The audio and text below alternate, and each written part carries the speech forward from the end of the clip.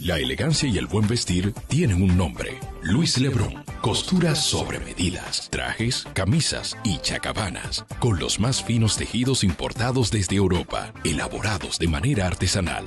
Luis Lebrón. Costura sobre medidas. Doctor Delgado, esquina César Nicolás Benson, Gascue. Para citas 829-970-4270. Luis Lebrón. Costura sobre medidas. Estamos en las principales redes sociales. Bienvenidos amigos a esta versión de Diálogos del Siglo XX. Recuerden que estamos en nuestro canal en YouTube Generación 50 todos los sábados de 10 a 11 de la noche. En esta ocasión tenemos una invitada especial, ella viene de Puerto Rico, una isla con la cual tenemos una vinculación antiquísima y además de eso bastante productiva en todos los sentidos, deporte, cultura, salud, educación, todo, vivencias muy personales también de manera constante y permanente.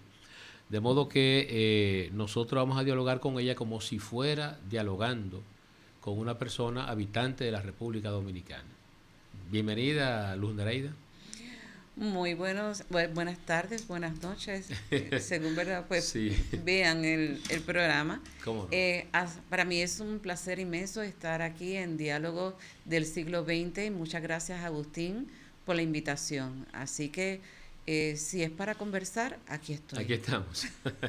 Gracias a ti por aceptar la invitación y debo decir que tanto Leo Silverio, que no está, como el señor Isael Pérez hicieron posible, y su empresa Editorial Santuario, que tú nos acompañaras este día, y la gentileza tuya sobre todo.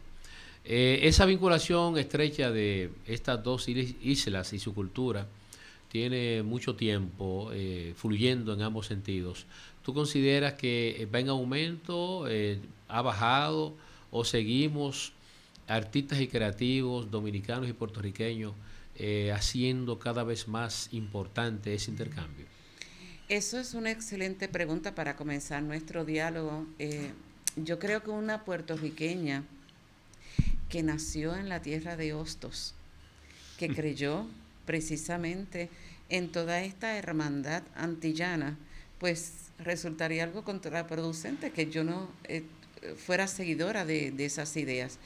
Y entiendo que en siglos pasados hubo un intercambio enorme entre no solamente Puerto Rico, República Dominicana, también Cuba. Sí, sí. Entonces, no, era como un espacio tan abierto, iban, venían, intercambios políticos, económicos, sociales. Y precisamente es en el siglo XX donde encontramos que empiezan estas bifurcaciones, en términos más bien de económico y político. En lo cultural, nosotros seguimos esos intercambios. Y como yo dije el pasado mes de julio, cuando estuve aquí en República Dominicana, cuando yo llego tanto a La Habana, que es donde más he visitado la isla, y cuando llego aquí a República Dominicana, yo me siento, y no es para caer en un lugar común, yo me siento como si estuviera en mi casa, porque no siento esas diferencias culturales. No, nosotros somos hermanos antillanos y si hay algo digno de rescatar es que eso no nos han podido arrebatar. Yo creo que sí. Sí. Bastante interesante tu punto de vista, y ahí mismo voy a agregar una expresión que dijo el profesor Juan Bosch en vida, que se ha mantenido durante mucho tiempo, que después que a él el sistema educativo puertorriqueño le encargó la revisión y publicación de las obras de Eugenio María de Hostos, él nació de nuevo. Eso dice bastante de la obra de Hostos y sobre todo de ese sentimiento tan especial que tenía el profesor Juan Bosch por esa figura continental de la educación del continente. Eugenio María de Hostos para nosotros pues es el padre de la educación dominicana, y entonces me gustaría saber hasta qué punto Hostos está presente en el sistema educativo, en la difusión cultural de Puerto Rico. Precisamente, y para añadir a lo que dije en el principio, ¿no? Sí. Cuando yo vengo a República Dominicana, yo muchas veces, y cuando visito la zona colonial, yo lo que siento son manifestaciones de agradecimiento. Hostos tuvo una última voluntad, y es permanecer enterrado en este país hasta que no se dieran unas condiciones propicias. Sí. Nosotros nos hemos hecho sordos ante ese reclamo. Así que yo le tengo que agradecer a este país que cobije en su seno los restos de ese gran patriota. Y lamentablemente yo le diría que nosotros estamos enormemente distanciados. Nuestro sistema educativo no tiene nada que ver con Hostos, ni siquiera contemplan, y esto lo digo con mucha pena, con horror, indignación, sí, que no contemplen que Puerto Rico copiamos filósofos educativos de Norteamérica, pero no nos miramos y decir, pero si es que nosotros tenemos una figura que no solamente aquí en República Dominicana, o sea, esto fue un hombre continental. Eso es así. Cuando uno va a Chile, mire, yo estoy hablando y yo tengo la piel erizada. Yo te estoy escuchando y yo también me siento así motivado, porque tengo una vivencia muy especial con unos estudios que hice con unos compañeros profesores de la Universidad Autónoma de Santo Domingo hace unos años sobre educación superior. Y entonces la figura de Hostos salió a relucir dentro de los análisis e investigaciones que estábamos haciendo como una figura sumamente trascendente dentro del proceso educativo de todo el continente, no de Puerto Rico y Dominicana, o en última instancia, no solo de República Dominicana, porque Hostos aquí, creo yo, que hizo su gran obra. Pero cuando Trujillo encarga a un grupo de expertos que consigan el mejor modelo educativo para él implementarlo en la República Dominicana bajo sus criterios dictatoriales, ¿verdad? Había que entenderlo así. Él pide a los educadores chilenos, que eran los más adelantados en ese momento dentro del continente americano. Y cuando ellos vienen, dicen, el modelo que nosotros tenemos es el modelo que nos ha enseñado el maestro Eugenio María de Hostos. ¡Qué gran sorpresa! Imagínense, entonces, en lo que a mí respecta como mujer, ¿cómo no tener a Hostos como una figura central, medular, en todo lo que es la educación? Porque fue el hombre que apostó porque nosotras, las mujeres, nos pudiéramos educar. Entonces, cuando uno ve que hay un legado todavía vigente en toda Latinoamérica, o sea, esa estatura moral tiene Hostos. Hay una experiencia que tuvimos hace unos años, en el 2016, que fuimos a conocer esa cordillera de los Andes. Ajá. Y hay unas ruinas de un tren que se hizo para conectar Chile con Argentina. Y nosotros íbamos en la parte trasera del colectivo, guagua para nosotros los puertorriqueños. Sí, sí, y para nosotros también.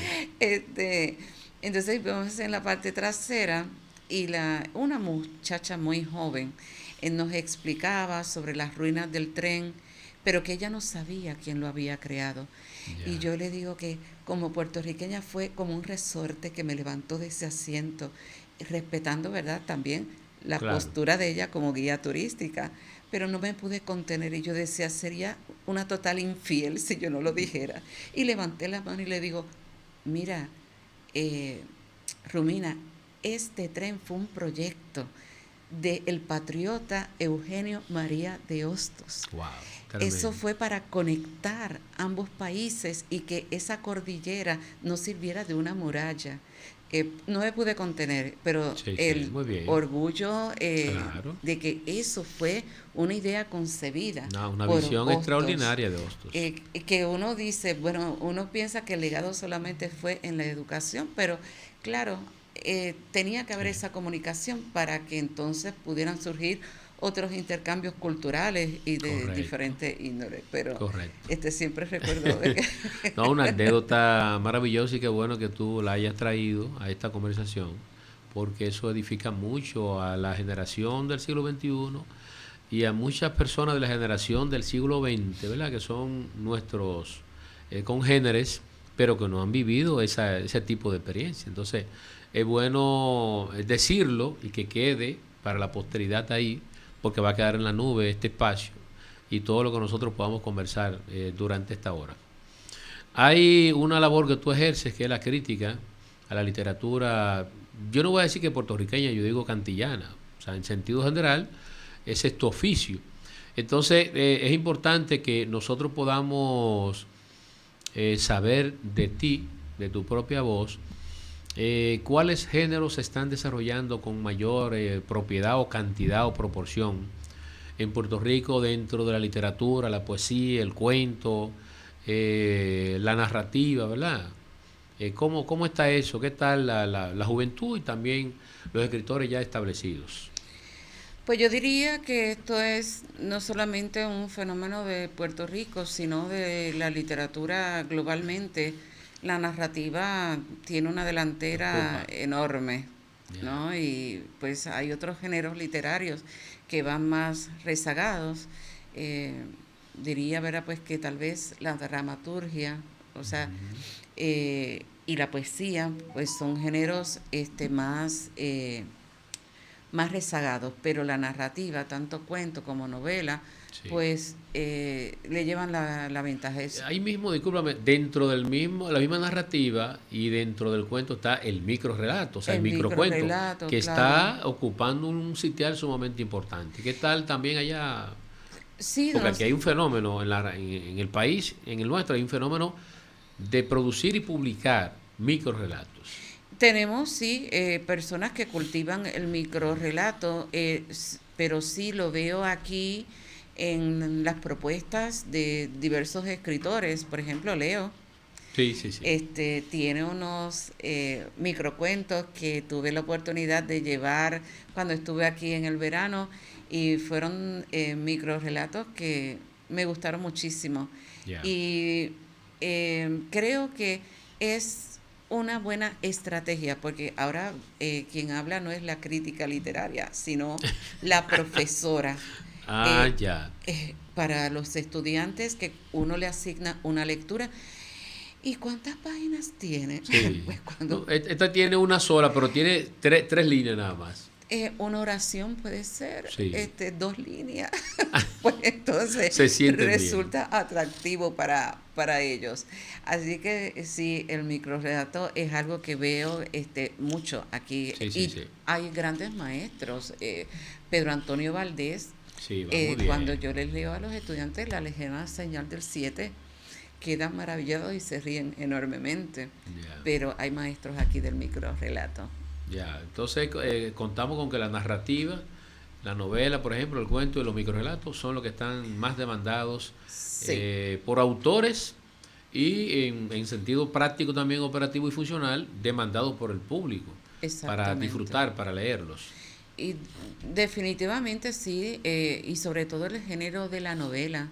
Por ejemplo, mañana hay una gran fiesta en la literatura en español, y es que se cumplen 40 años de la publicación de La Casa de los Espíritus de la escritora chilena Isabel Allende, que sí, es un fenómeno editorial porque sí, es la escritora que más libros ha vendido en español, más de 70 millones. Correcto, de ejemplares, y mañana se va a estar celebrando. O sea que vamos a ver... Bueno, empecemos hoy a celebrar eso nosotros, diciéndolo, hablándolo, sí, y solidarizándonos con ese gesto tan importante. Por eso la traigo aquí a colación, primero porque es una congénere y sabemos, ¿verdad?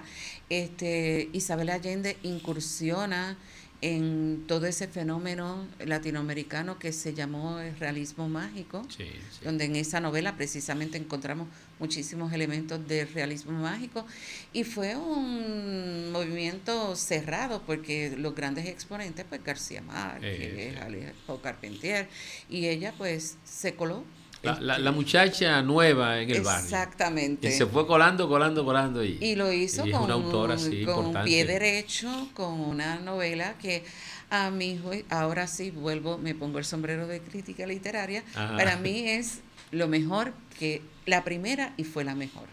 Yeah. O sea, podrá tener, ¿verdad?, otras novelas, pero esa novela pues sí, fue maravillosa. Así que mañana estamos celebrando Sí. un ejemplar de nuestra literatura y una novela pues que nos hermana, sobre todo países que han vivido dictaduras y Sí, que sí, sí. queda, ¿verdad? Pues ese trauma Correcto. colectivo, pues es una novela que los que no la han leído, Deben leerla. Sí, pues es deben, trascendente, sí. sí, muy trascendente en nuestra literatura. Bueno, Luz Nereida, es importante recibir de ti ese feedback actualizado, novedoso, de lo que se está cocinando en la literatura de Puerto Rico, dada la afinidad, ¿verdad?, entre estos dos mundos en el Caribe. Produzco un libro de cualquier género, pero tengo que pensar en su salida comercial. Tengo que pensar en su empatía con los lectores. Las universidades juegan un papel importante dentro de la concepción y distribución de la literatura producida por los intelectuales puertorriqueños. Definitivamente, todos los que nos dedicamos a la enseñanza de cursos dirigidos a lengua y literatura, tenemos eso como una plataforma para nosotros, primero, enamorar al estudiante con la lectura. Yo siempre le digo a mis colegas que yo dispongo de muy poco tiempo porque nuestros cursos generalmente son de un semestre. Ya. Entonces, tengo como una camisa de fuerza donde tengo que discutir diferentes temáticas. O sea, que no es un curso tal vez de literatura como a veces ocurre cuando ofrezco curso doctoral, que pues solamente me concentro en obras literarias. Ya pues Correcto. estudiantes de nuevo ingreso, pues hay que llevarlos por otra vía. Eh, y yo tengo pues una fórmula. No me caso solamente con la literatura puertorriqueña, Ya, qué bien. porque mi preparación en sí, de estudios, ¿no? Fue literatura latinoamericana y eso es lo que me apasiona. Magnífico. Entonces yo digo, yo tengo una receta, como dispongo de tan poco tiempo, yo a estos estudiantes los tengo que enamorar de la literatura, porque otro de los sombreros que yo tengo es, soy promotora de lectura. Muy bien, magnífico. Yo Excelente. creo, abrazo partido, que nuestros problemas tal vez no los va a resolver la Casa de los Espíritus, este, solo cenizas hallarás de Pedro Vergés, pero Ujú. nos transforma. La literatura Correcto. tiene ese poder de transformarnos. Entonces yo digo, yo tengo poco tiempo, pues yo me robé descaradamente una fórmula del maestro Julio Cortázar. Sí. Y Julio Cortázar definía lo que es un buen cuento. Y él decía que un buen cuento era cuando uno llega a ese final, el efecto que le causa un knockout a un boxeador. Sí, lo deja impactado, ¿verdad? Y pasa a otra vida o a otro espacio. Entonces yo tengo un acopio de unos cuentos que a mi entender pues tienen ese efecto. Y esos son los cuentos que yo comparto con ellos. Entonces, precisamente en este momento los tengo leyendo un cuento de García Márquez. Y yo no les digo nada, esto está aquí. Sí. Pero entonces yo empiezo a escuchar los murmullos de la indignación, de la reacción. Pero tú viste este personaje, lo que hizo, ¿cómo es Sí. posible? Entonces, esa reacción yo me la disfruto internamente porque eso es lo que busco y lo que quiero, ¿no? Claro. Pero, pues, para utilizar otro principio, ¿verdad? Bélico, pues en la guerra todo vale. Yo creo que sí, importante. La literatura, yo diría que de los últimos 20 años del siglo XX en Puerto Rico y los primeros 20 años, ¿verdad?, del siglo XXI, son 40, en cierta forma debe o debió recibir un impacto de los escritores importantes de Puerto Rico de la primera mitad del siglo XX. Entonces, es importante saber si hay autores de esa etapa que gravitan en torno, ¿verdad?, o inciden dentro de la psiquis intelectual y creativa de los autores de Puerto Rico en este momento. Nosotros tenemos escritores que del siglo XX que han sido muy, pero que muy influyentes en nuestra literatura. Y, ¿verdad? No quiero parecer injusta, voy a ser arbitraria, pero voy a traer a colación un escritor que de hecho nació aquí en República Dominicana, Ah, José Luis González. José Luis González. Y Ya. de hecho es un escritor que se mantiene vigente en términos que cuando yo le presento el cuento La noche que volvimos a ser gente, que eso es una joya de nuestra literatura. Es Ya. este cuento que trata sobre un apagón que hubo en Nueva York y Ah, están sí. estos puertorriqueños este puertorriqueño que le agarra el apagón justo cuando va a su casa porque su esposa está dando a luz. Y pues se encuentra con todo este caos del apagón y cuando llega a su casa lo que hay es una fiesta. Y Ya. ellos suben a la azotea, entonces por primera vez tienen entre el pitorro, la comida que todos los vecinos aportaron, de estas fiestas bien caribeñas que Sí, sí, nosotros sí, sabemos sí. hacer. Claro. Pues cuando ellos están en la azotea, se dan cuenta que pueden mirar las estrellas, porque como no hay esa contaminación lumínica, Sí. y esa fue la noche que volvieron a ser gente. Sí. Y hace poco, eh, en la institución donde yo enseño, José Luis González donó toda su obra y Sí. todos sus manuscritos, o sea, Ya. todo lo que usted quiera saber de José Luis González lo encuentra en la Universidad Ana G. Méndez, en Mm. la sala José Luis González. Hasta la maquinilla Olivetti que él utilizaba para escribir encuentra allí en nuestra institución. Y yo Magnífico. pues soy una frecuente visitante de esa sala, inclusive este cuento he tenido el manuscrito y es algo, yo diría que espeluznante, porque eso es como entrar a la intimidad Sí, de sí, un sí. escritor, porque uno ve pues los apuntes, lo que eliminó. Claro. ¿Qué quitó, qué borró? Sí, y él era Sí. bien puntilloso, era un hombre que constantemente pues editaba. Ya. Y José Luis, su primera colección de cuentos se publica a la tierna edad de 16 años. O sea, es Magnífico. una vara bien alta que tienen Sí. todos los que se han dedicado a la cuentística, y él también fue novelista. Así que José Luis sigue siendo uno de nuestros grandes escritores del siglo XX.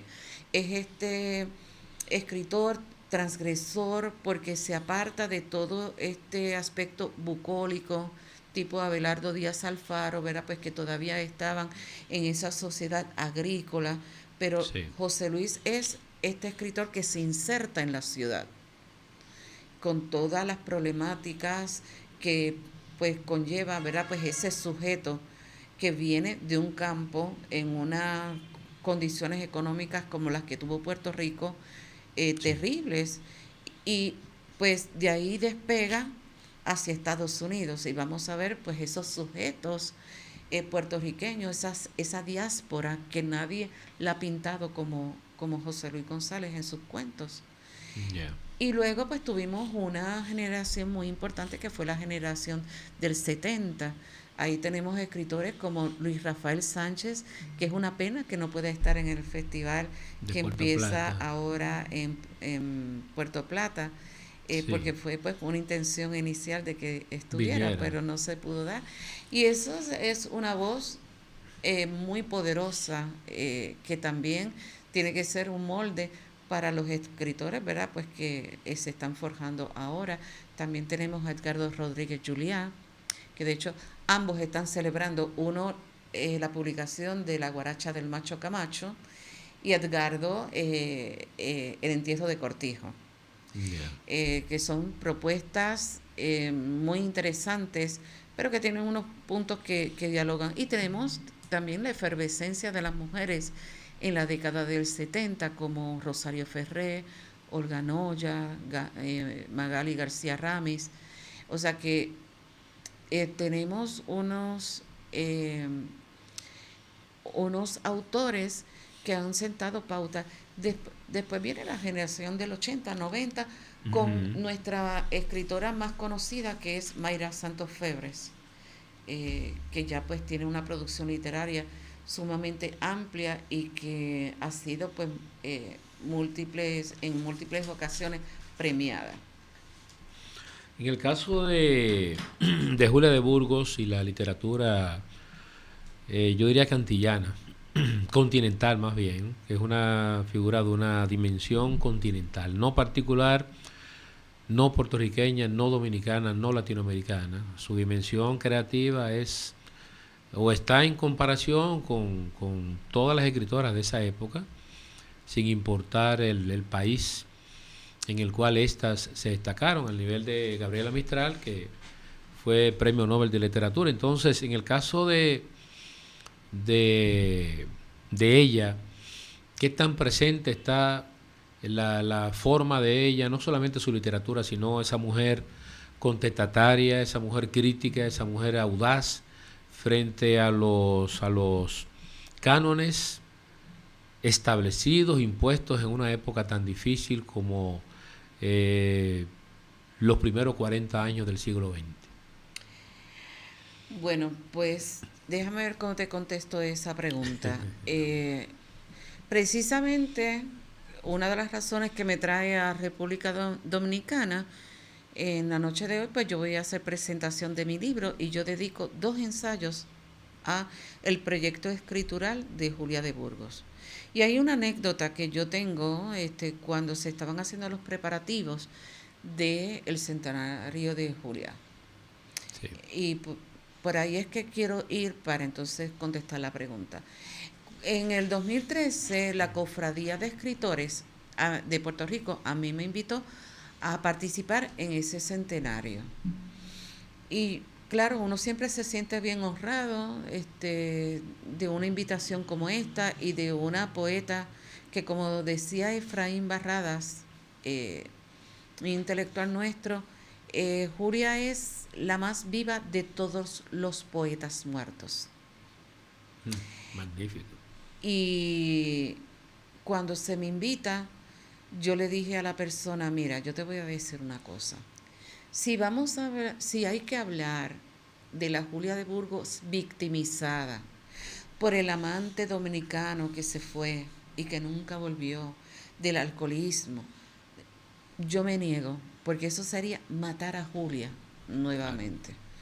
Y yo no estoy dispuesta a eso. Yo creo que a Julia hay que mirarla como ella pidió en un poema, que su poesía se abriera en 20 surcos. Vamos. Entonces, lamentablemente sí, Julia está viva. O sea, yo no te puedo decir que un estudiante no sepa quién fue Julia de Burgos. Esa pregunta, no, por lo menos te va a decir, fue una poeta. Sí. Lo que pasa es que esa imagen de la mujer victimizada por el fallido proyecto amoroso, alcoholizada, que murió en una calle de Harlem, eso es lo que ha permeado. Correcto, sí. Entonces, yo creo que ese centenario lo que hizo fue sacudir esa imagen y decir, mire gente, Julia de Burgos, por ejemplo, yo quiero y yo exhorto a los que puedan estar escuchando, y donde quiera que yo me paro, que yo hablo de Julia, mire, ¿cuál fue la influencia que tuvo Pablo Neruda en la obra de Julia? En ese último poemario de ella, El Marito. Eso es un poemario completamente neurodiano. Sí. García Lorca, ¿cómo está presente dentro de la poesía de ella? Los grandes filósofos, porque hay una poesía de Julia con grandes ideas y sólidas ideas filosóficas. Vamos a estudiar eso. Correcto. ¿No? Vamos a estudiar a la Julia cronista, que en una etapa de su vida, cuando ella regresa, después, ¿verdad?, de su romance con Juan Isidro Jiménez Grullón, que ella regresa a Nueva York.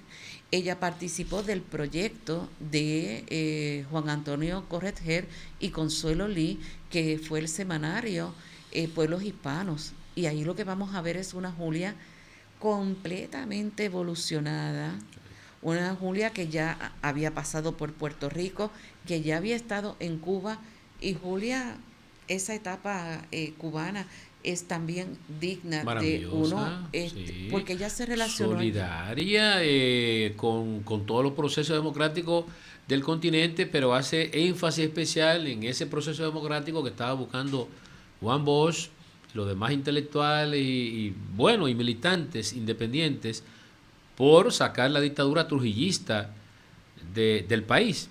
Y es tan valiente que ella se refiere precisamente a la dictadura trujillista de forma muy valiente en un poema trascendente de ese momento. Que una mujer, bueno, para un hombre era difícil expresarse, asumir una postura tan valiente como esa. Imagínense ustedes en una mujer de ese tiempo.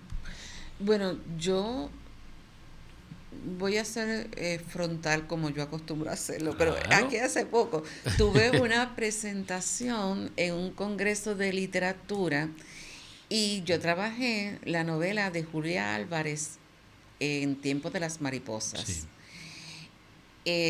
Se titula la ponencia Voces subalternas femeninas callan al tirano. Y cuando yo estoy acercándome a ese final de mi ponencia, yo digo, como que me entré en un debate, yo digo, el poema más contundente contra la dictadura de Trujillo lo hizo Julia de Burgos. Claro. Y yo asevero que no hay poeta, ni siquiera dominicano, que haya hecho un poema semejante. Incluyen, y lo que me llama la atención también del poema es que ella presagia 8 años antes del magnicidio esa muerte. Y es un poema que realmente impacta, conmueve, esa manera, pues, y esa era Julia. Claro, militante, revolucionaria, importante, valiosa. Es bueno que dentro de la conversación, dentro del diálogo, Luz Nereida, nosotros podamos decirle al público que nos está viendo y nos está escuchando, tanto a los de nuestra generación como a la generación del siglo XXI, que emitir un punto de vista en ese momento de ese dictador, porque no estamos hablando de cualquier personaje del continente americano, no estamos hablando de cualquier gobernante del país o de cualquier país del continente. Estamos hablando de una persona que no escatimaba ningún esfuerzo económico, técnico o logístico para él mandar un grupo de personas a aniquilar a cualquier persona en otra parte.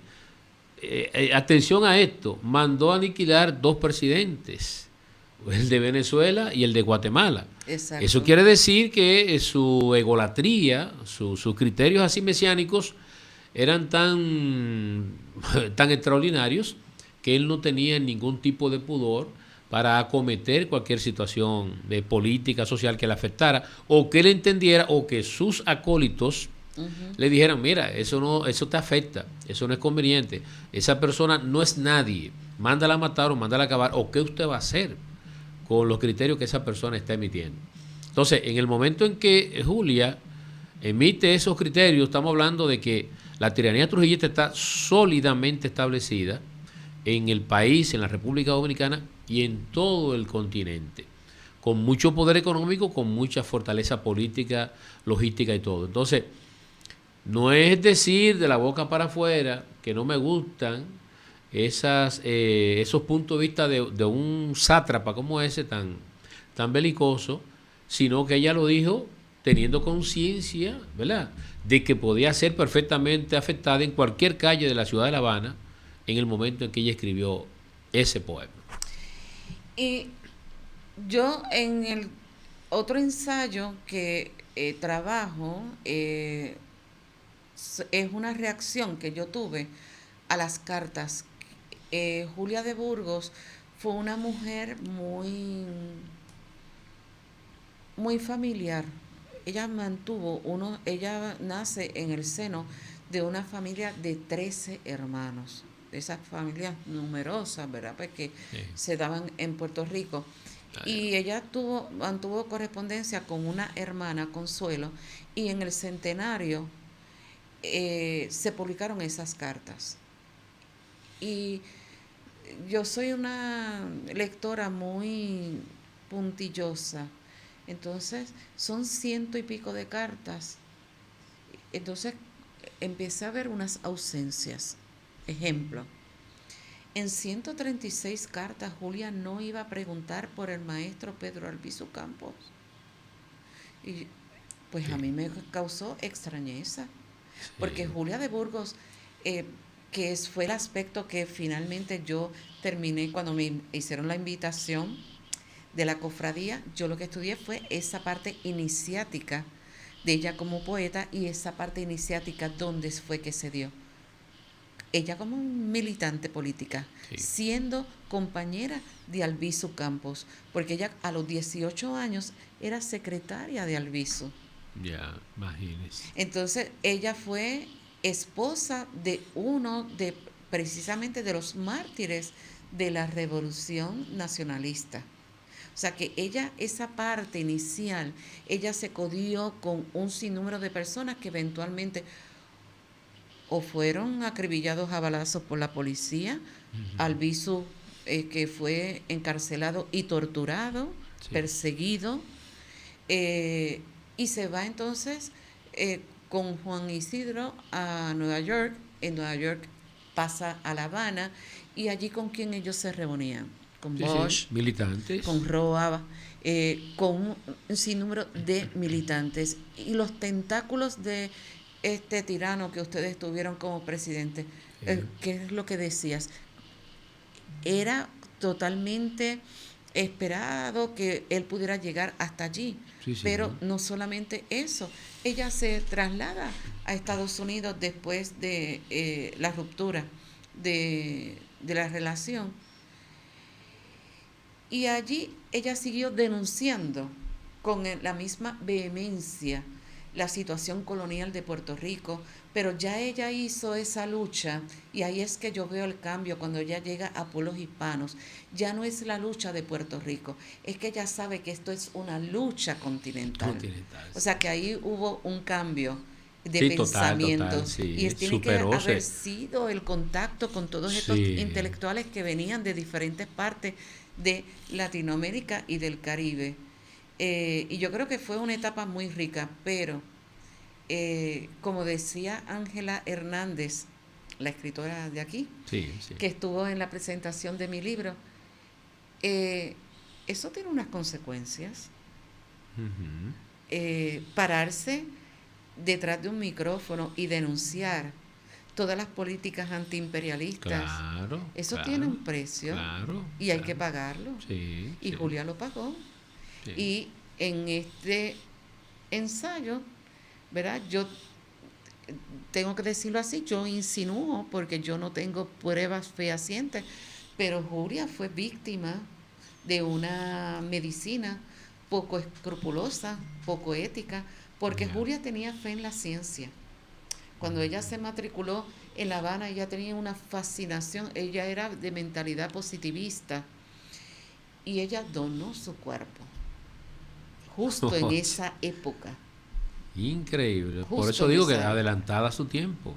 Entonces, Totalmente. hay una parte muy dramática en una de las cartas.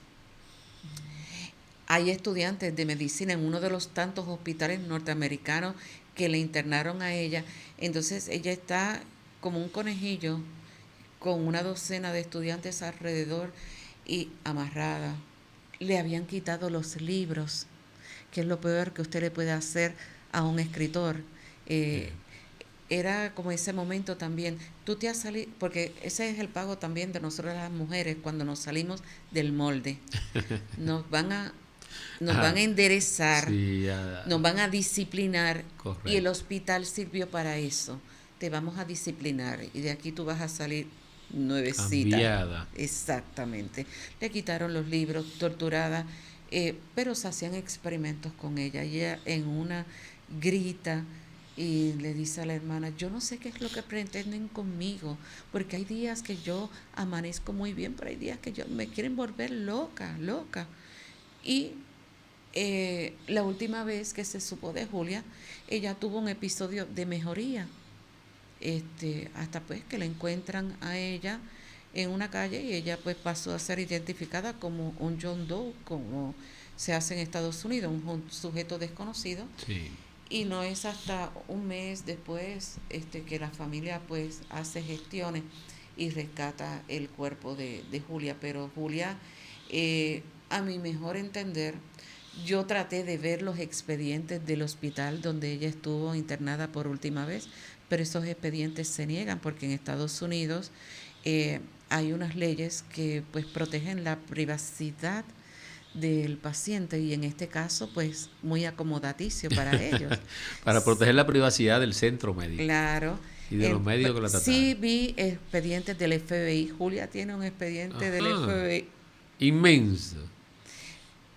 Eso, terrible. Eso es una cosa que llora ante los ojos de Dios.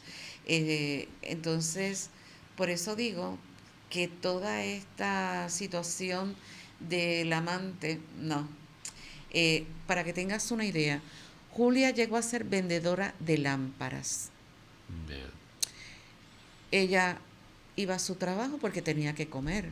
No eran unos tiempos donde se podía decir, voy a vivir de la literatura, ¿no? Yo hago esto, o sea, no eran tiempos de Isabel Allende. No, jamás. Que vive en una mansión en California, ¿no? Sí. No eran esos tiempos. Entonces, ella fue vendedora de lámparas, pero entonces ella salía y llegaba el FBI al establecimiento. Quiero hablar con el dueño. ¿Qué hace ella aquí? Te cancela. ¿Con quién? Entonces, tenían que despedirla. Sí, entonces, sí. ¿qué sujeto puede tener una normalidad, una estabilidad cuando usted está perseguido, acorralado?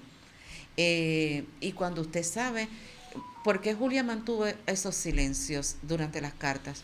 Porque ella sabía perfectamente que el FBI la estaba investigando. Ya. O sea, ella lo sabía y por eso los silencios. De hecho, yo... con Pedro Albizu Campos y otros líderes políticos. Claro. Aparte, ella fue también compañera de Jiménez Grullón. Correcto. Que estaba vinculado a una posición política totalmente contraria al régimen que mandaba en la República Dominicana, que estaba asociado en ese momento con los intereses norteamericanos. No eran amigos de Trujillo. O sea, Jiménez Grullón era un opositor. Juan Bosch también, que vivían cerca, eran vecinos y todo ahí, en La Habana. Pablo Neruda, que ella llegó a conocer en La Habana, pues es un hombre de izquierda, que pues ya sabemos, ¿verdad? Pues que era un afiliado al Partido Comunista. Entonces era la época macartista que Julia vivió. Entonces esa gente no podía estar por ahí campeando por su respeto, hablando en contra de los regímenes antiimperialista. No. Entonces, todo esto tuvo un precio. Y lamentablemente, esa es la historia que la historia oficial, valga la redundancia, no quiere contar. No quiere que nosotros conozcamos. Entonces, prefiero que conozcas a la Julia alcohólica, a la amante abandonada. Sí. Para, ¿verdad?, justificar que no es un ser importante. Maquiavélico todo, ¿verdad? Vienes a presentar una obra al país.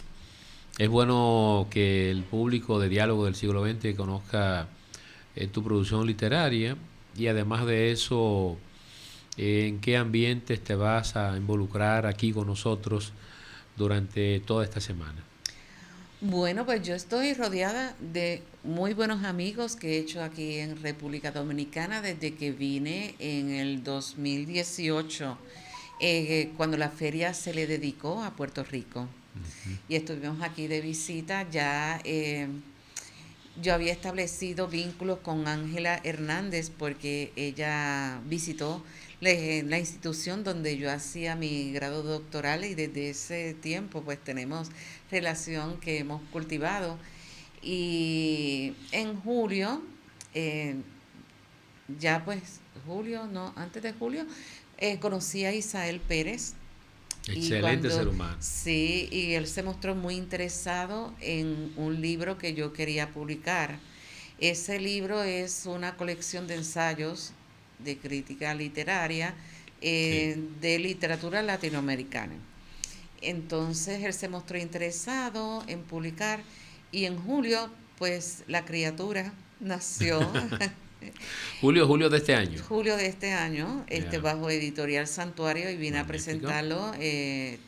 Presentó el libro, de hecho, Ángela Hernández en la Biblioteca Nacional Pedro Enrique Sureña, y gustó, y pues tuve pues la invitación de estar en el Festival de Puerto Plata y pues hacer una paradita aquí en Santo Domingo para presentar nuevamente el libro para aquellas personas que no pudieron asistir.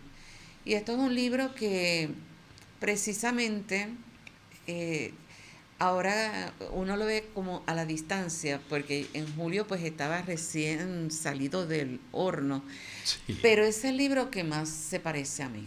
¿Sí? Sí, Defínete entonces, por favor. sí. Un compañero de trabajo, nos encontramos en una reunión en Puerto Rico, en una reunión de trabajo, y me dice por lo bajo: te tengo que decir algo, pero tú eres la culpable de mis desvelos. ¿Pero por qué? Si Pero que- tengo compromiso y tú también. Pero que he hecho yo, solamente existo. Entonces me dice: es que cuando yo leo tu libro es como si yo te estuviera escuchando. Claro. Magnífico. Qué bien. Dice una profesora que yo tuve en doctorado, Carmen Ivette Pérez Marín, donde quiera que esté, mi abrazo y mi lluvia de bendiciones. Y ella, en los diálogos que sostenía, me decía: los textos uno no los selecciona, los textos te seleccionan a ti. Ya. Entonces, estos ensayos son muchos productos de mi etapa de estudiante doctoral. Yo tuve una formación a nivel doctoral un poco particular. Yo inicié en la Universidad de Puerto Rico. Terminé todos los cursos requeridos hasta llegar al latín.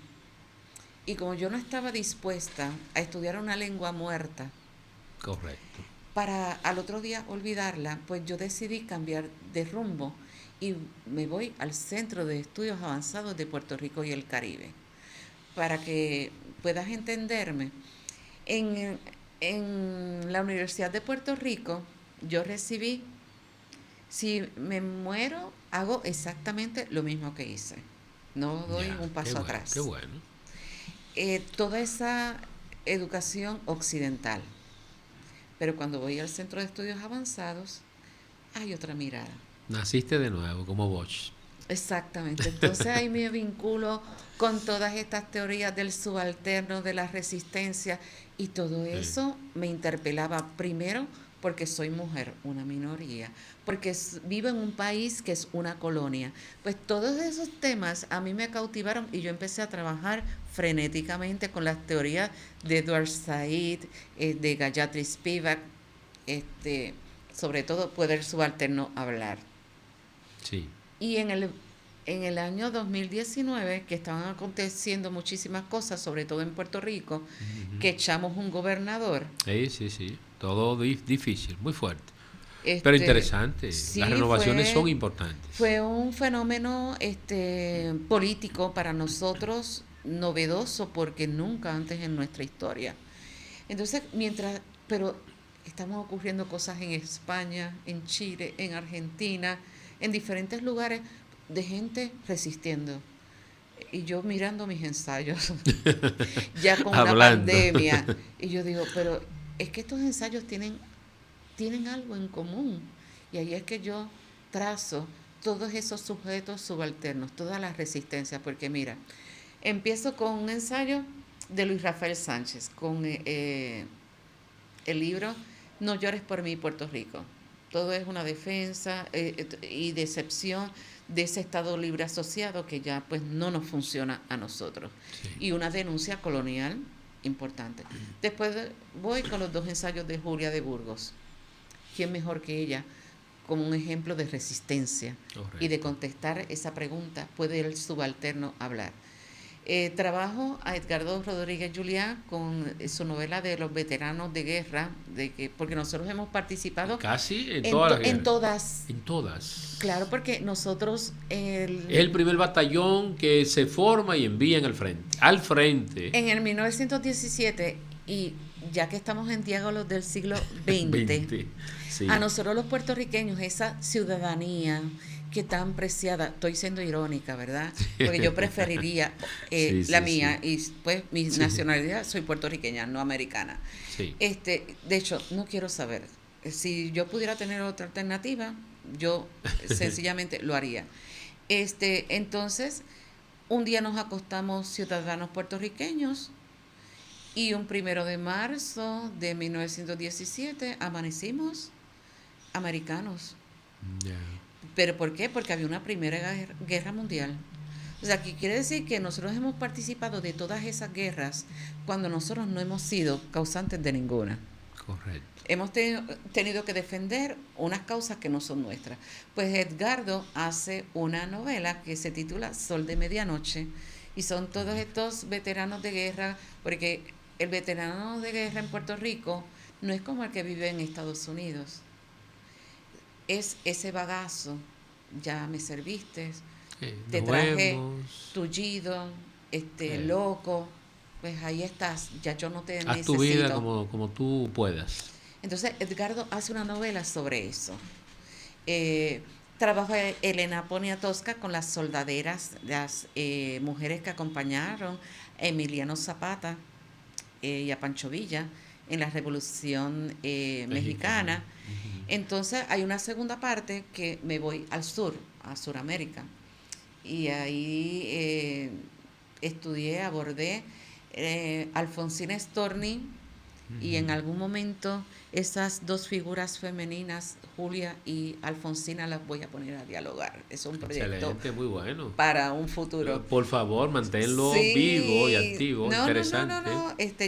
Inclusive tengo hasta una cita con una persona que conoció a Julia, la esposa de Juan Antonio, hija de Juan Antonio Corretjer. Magnífico. Y tenemos pues una reunión pendiente para dialogar.